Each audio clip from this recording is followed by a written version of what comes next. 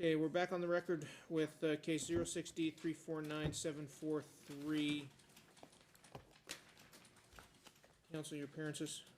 Rand Fine, bar number 25, present with the plaintiff and my law clerk, C.J. Axelrod, on behalf of plaintiff. Danielle Dawson, bar number 11792, on behalf of defendant who is present.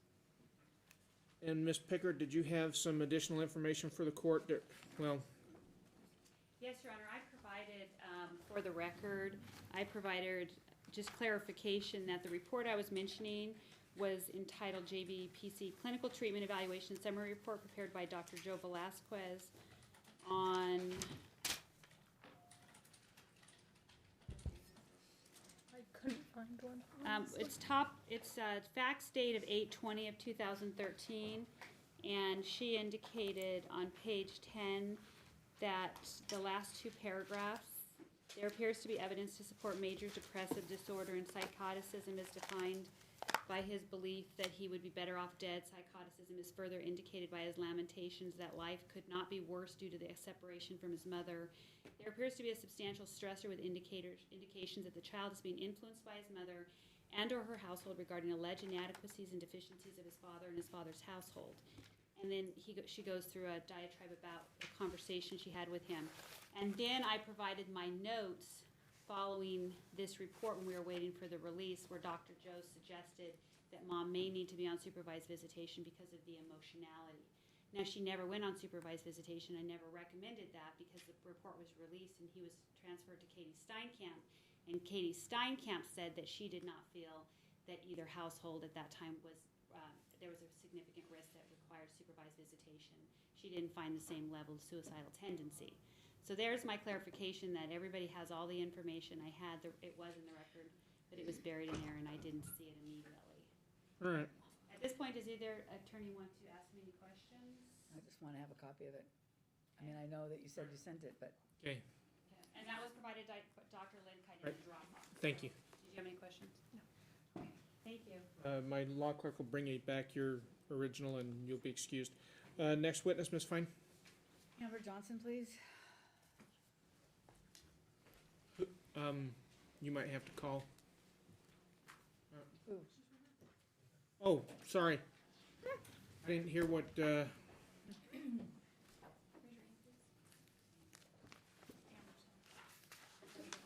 You do solemnly swear the testimony you're about to give in this action should be the truth, the whole truth, and nothing but the truth, so help you God? Please state and spell your name for the record. My name is Amber, last name Johnson, AMBERJOHNSON. have a seat. Go ahead, Ms. Fine. Please. You were present earlier today when Ms. Steinkamp testified before this court. Was there anything in her testimony, and I know I'm opening up a can of worms, that was not true in your mind?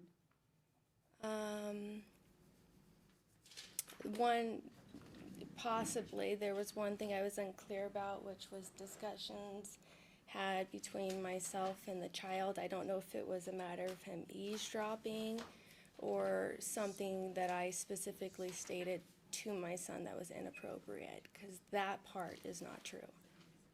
Oh, sorry. Oh, you didn't know that. We're gonna wait.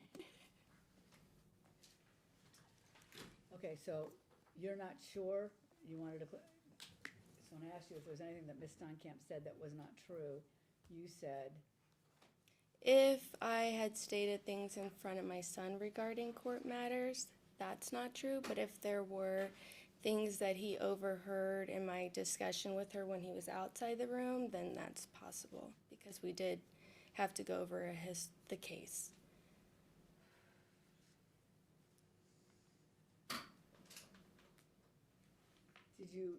did you not discuss Chris in front of Hayden with Katie Steinkamp?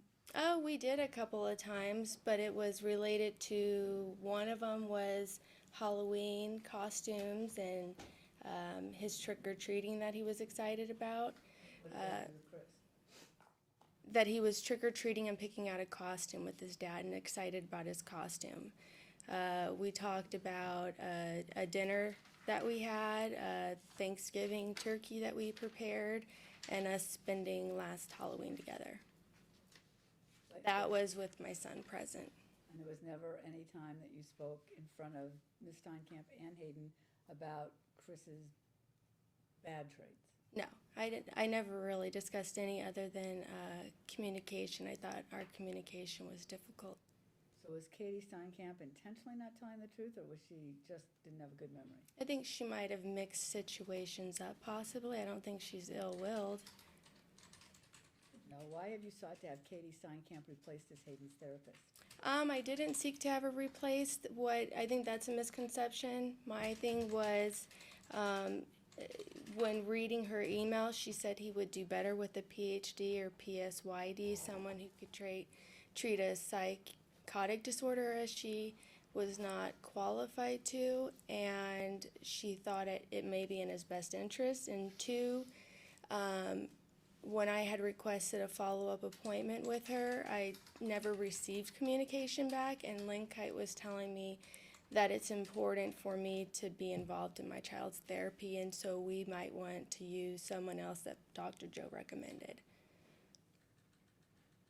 So I didn't seek, I guess it's replacing, but I wanted to be involved in his therapy. And you heard Katie Steinkamp this morning say that you should be involved, and that you were free to call her and to discuss things with her, and that you did not, correct? I went through Margaret as far as speaking with her, because after I had asked for his medical releases and emailed her for a subsequent appointment, I never was reached back out to. So, and then I received something stating that I was harassing her. So I didn't want to have any future issues. Do you know what that document is that you were harassing? I believe it was the one presented by you for the May hearing that said that I was harassing her by requesting his medical documents and a follow-up appointment. With Katie Steinkamp? Yes. Why would Katie Steinkamp have his medical records? Any meetings that he had with him or any concerns that she might have, I wanted a copy of. And Margaret could have gotten those for you, isn't that correct? I do not know. Did you ask Margaret to get them for you? Not after I received the response that I received. The answer was no, you didn't ask Margaret. I don't believe I did. I may have, but I don't recall.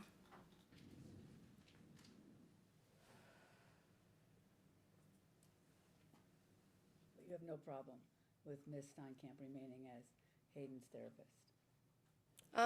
As long as one of the things I'd like to see is more of a guideline of what her role is, because I think there has been confusion, as she conveyed, as far as if the therapy's for the child, or if I'm supposed to be a part of it, meeting with her, then meeting with her and my son, and then her meeting with just my son, or if it should just be for Hayden.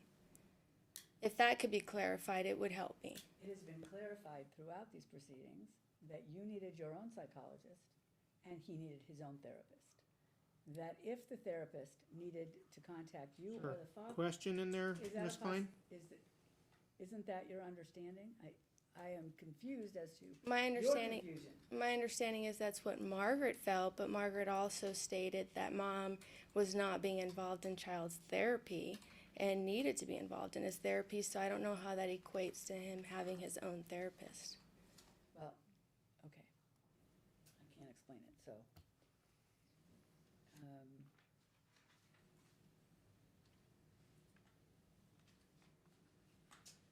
Did Mr. Hungerford tell the truth this morning? Regarding what? Okay, Is there that's anything vague. that he testified to that was not true? And please don't look at your lawyer for help, just please tell me the answer.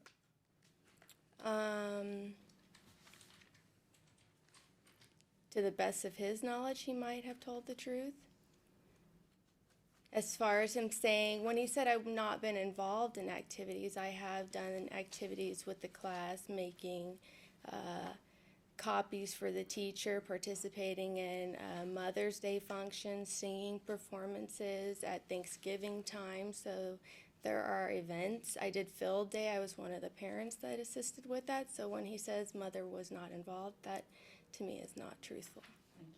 So he might not have known, so in his mind, he wasn't aware. In other words, you didn't stop by his office and go, hey, Mr. Hungerford, how are you? No, I don't do that. So, And he did state our meeting was about zone variance, but he also did state it was prompting of an email sent by the mother regarding communications. The email was minutely about any zone variance. It really was one called into question about the child's behavior, and I was not comfortable speaking with the child present in that meeting, just because You I, were present in that meeting? yes, Did you say, I think that he should go back to class? yes, I did. And what happened? And then he was removed. And then But you I did state in my email before the meeting that I'd prefer him not be there, and they said, no, he will be there, But then he left, after I insisted upon, and Chris was at that meeting as well? yes. And did you record that one? No. Okay.